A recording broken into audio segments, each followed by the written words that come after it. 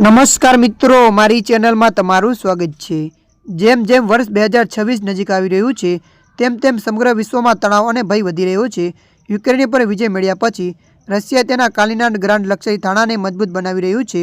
આ કરવા માટે ખતરનાક પરમાણુ હાઇપરસોનિક મિસાઇલો ત્યાં તૈનાત કરવામાં આવી રહી છે, જે ક્ષણોમાં કોઈપણ યુરોપીય શહેરને સંપૂર્ણ નાશ કરવામાં સમક્ષ છે।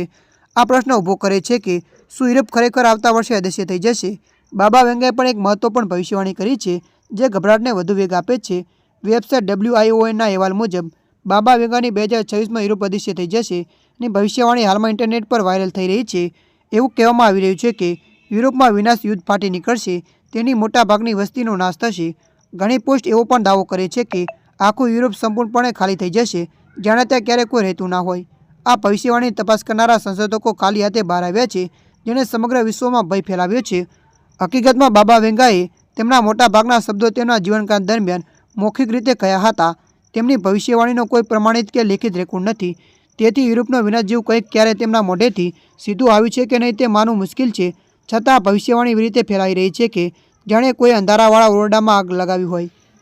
ત્યારે મિત્રો, હાલ માટે આટલું। મળીશું નવી અપડેટ સાથે। જો તમને અમારો વિડીયો પસંદ આવે, લાઇક, શેર અને સબસ્ક્રાઈબ કરી નાખજો। ધન્યવાદ।